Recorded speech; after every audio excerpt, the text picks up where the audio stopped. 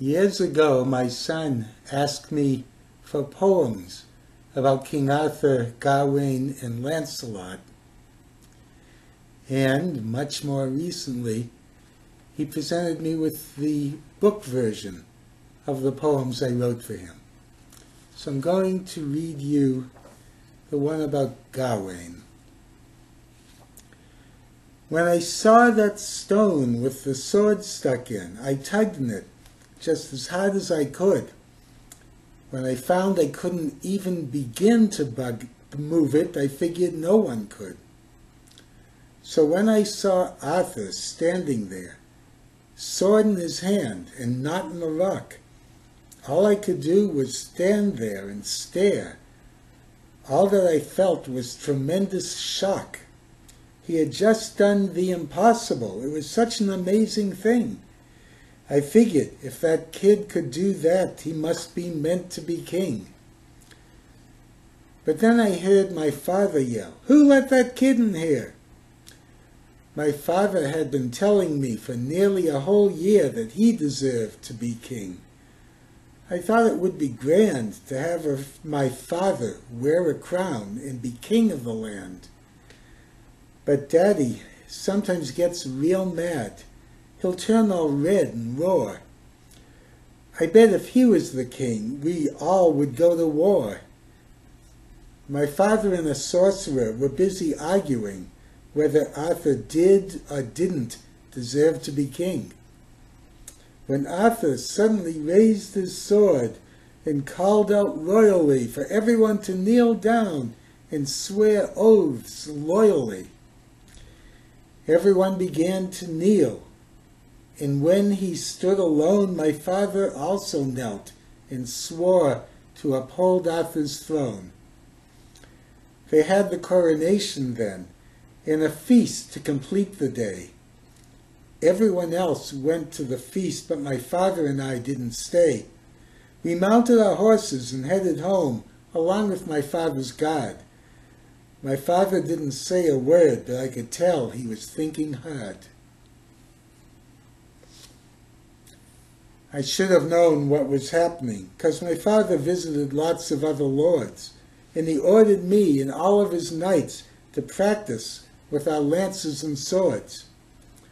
I should have known, because he watches our jousts shouting like never before, but I had no idea until today that my father is planning a war. He called to me at supper time. I hoped that he would say that he was proud that I had won all my practice fights today.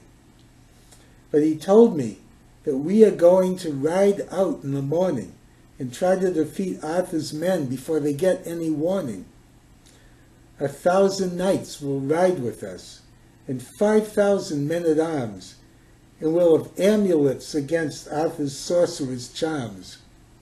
He said, if we ride fast enough, we'll be there before they know that we are on the way, and then out Arthur will go. I'll get the crown once they have cut off Arthur's head. Then I'll be king, and of course y'all be king after I'm dead. We rode out this morning as soon as it was light. Our army on the road is a truly awesome sight. More knights than you can count are spread out in a line. You see pennants waving proudly and polished armor shine. And when I look behind me, there are squires on their steeds, and wagons too, to carry all the food and tents we need. And then crowding on forever are all the men-at-arms, who yesterday were hard at work, weeding on the farms. And now they're following us down the road, leaving behind the cattle to fight for us, and maybe die in my father's battle. It's such a glorious sight to see. It makes me feel all excited. It makes me proud to remember the day when I myself was knighted. And yet, though I felt proud and thrilled as we rode along, I found that I kept feeling that I was doing something wrong. The fields will be neglected while we are fighting the war. Dad says the men will be back soon, but I am not sure. We could be fighting this war for months, and it could end in defeat. And the folks at home, when winter comes, wouldn't have enough to eat. But even if we win real fast, seize the castle, and pull Arthur's flag down, it still means killing a lot of men, as well as stealing the crown. Stealing and killing just aren't right. But my father told me today, I'm glad you're here to take part in the fight. Now be sure to do what I say. I need you to lead all of the knights. Farewell, my boy, and be bold. One battle, well fought, will end that fight. Now run along and do as you're told. It sure would be exciting to be prince and then be king. But I'm not sure I want to be. I'm confused as anything. If Daddy says that he'll be king once we have had our fight, I suppose he is right about that, but I'm not sure it's right. Arthur pulled the sword, I know that's true, and I swore I'd be loyal. Breaking an oath and killing a king seems a bad way of becoming royal. I should not do it, and yet I have orders from my dad, and disobeying my pa and lord, isn't that just as bad? We started down the road this morning, when before our eyes we saw the proof that our advance was not going to be a surprise. Across a field we saw a glint of armor through the trees, and then we saw the flag of Arthur flapping in the breeze. And then a line of knights in armor, and Arthur rode before. An army followed after them, and they were ready for war. They sped out in their side of the field, and we sped out in ours. They looked to see how strong we were, and we tried to assess their powers. They wore many sorts of armor and tunics of various colors. With the pennants and plumes, they looked a lot like a field of wildflowers. The horses, too, were a colorful lot, decorated all sorts of ways. They tossed their heads and moved about with various whinnies and neighs. The knights had various weapons at hands, lances and swords, of course, but I saw maces and daggers and more, fastened to many a horse. And as the knights spread out in a line, I saw behind them, waiting in back, an army of thousands, waiting their time to follow the knights and attack. Those men would charge when the horses charged. They were armed with lances and knives. Our army would fight them, and they'd fight back, and they'd try to take each other's lives. But even though their army was big, well-armed, and ready for war, even though they had plenty of men, I could see that we had more. And their knights, spread out in a fearsome line as they sat in the stallions and mares, certainly looked determined and fine. But there were more of our knights than theirs. That meant that we would probably win. And when I thought of that, I knew that it was time for me to begin doing what I had to do. I left my place in the line of knights, kicked my horse to a galloping speed, and rode to my father, who was ready to fight, shouting orders from his steed. "Get back in your place," he yelled at me. "The battle is about to start." But I had to try to make him see just what I felt in my heart. "Father," I said, "you want us to fight so that you and I become royalty. But I can't do that and remain a knight. I swore an oath of loyalty." "Idiot," he yelled. "Don't tell me what's right. When I'm king, no one will care. Don't give me that nonsense about the honor of knights. Now get back in your place and stay there." "No," I said, even though my voice shook. "I'm not going to do what you say. Right and wrong's not just something you read in a book. You have to try to live it every day." He glared at me. "That's coward's talk. If you're not going to do what I say, then you deserve to be the laughingstock. Go on home, little boy. Run away." He turned his horse so his back was to me. I wanted to cry and to run to some place in the woods where no one would see. But there was something else that had to be done. I turned my horse until he faced straight away from my father's men. I wondered if any of those guys would ever speak to me again. Then I started to ride, and I headed for Arthur's banner with its dragon of red. And behind me I heard my father's roar, but I kept on riding straight ahead. I rode with all the speed that I could get my horse to give to me. Across the grass I saw heads turn and heard orders shouted rapidly. Then I saw a smallish knight on a large white steed come galloping out. Behind him all the other knights raised their spears and gave a shout. That knight began to gallop towards me, and he took his spear out of its rest. He lowered it down and aimed its point right in the middle of my chest. And I realized that Arthur's army thought my father was sending his best knight to challenge the knight who was Arthur's best, to see who would win a one-on-one fight.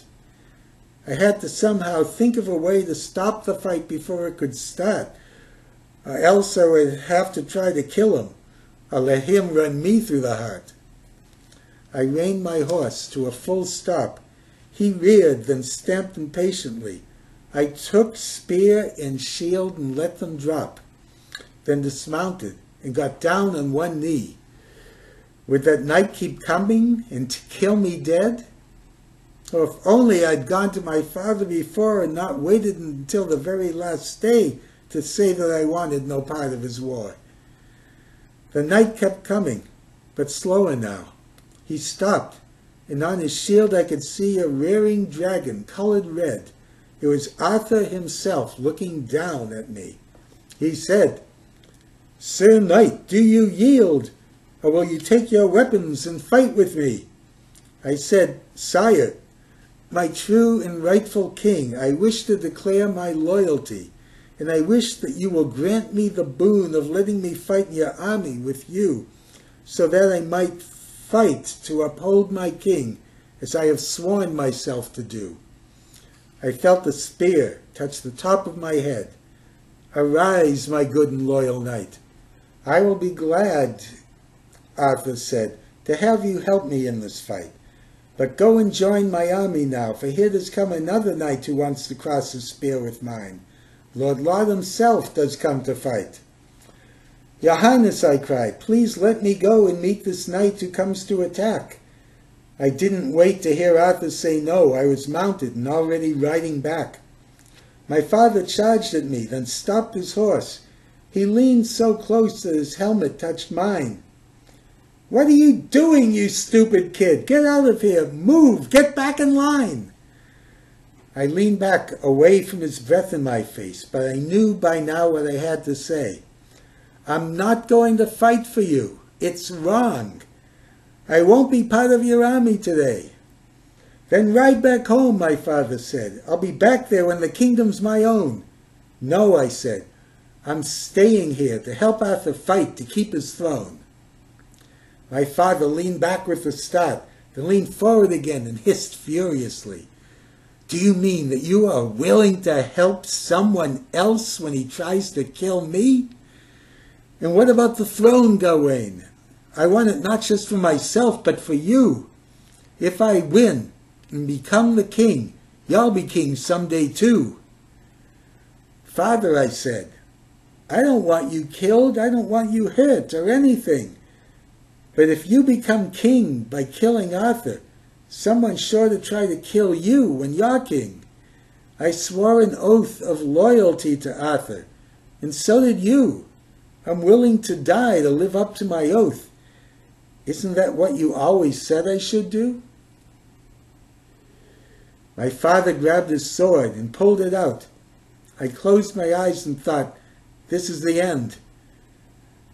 But after a while I hadn't died, so I opened my eyes and looked again. My father's face had a funny look, as if he were going to hit me, or maybe going to cry, or as if he didn't know what he should do. He looked down at the ground, then up at the sky, then put his sword away and looked at me. "All right, Gawain, there'll be no war. If fighting Arthur means fighting you too, then I guess the throne's not worth fighting for. Go tell Arthur we're leaving. Then let's go home. We've got a lot of riding to do today." I took a deep breath and said to him, "I'm not going, Father.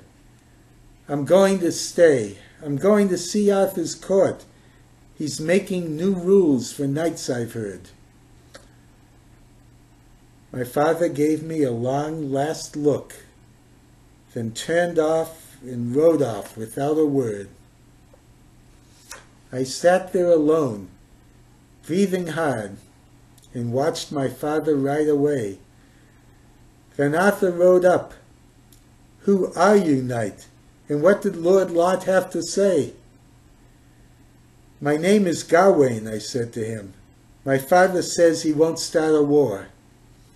"Your Lot's son?" Arthur said. "So that's what you were arguing for." "Thank you for talking him out of it. Are you going home now too?" "No," I said, "I'm not going back. I want to go on to your court with you." "I never knew my father," Arthur said. "I never had a family of my own. Wouldn't it be better to be home with your family than to be at my court all alone?" "No," I said. "I think it's time I began to live life my own way. I've got to start living my own life sometime. I guess I began to do it today." I watched with Arthur till my father's army had gone over the hill and out of sight. Then we turned our horses and headed toward Camelot. We should be there by tonight. I hope that I meet people I like there, maybe make friends with another knight. I hope that I always am brave enough to stand up and do what I think is right.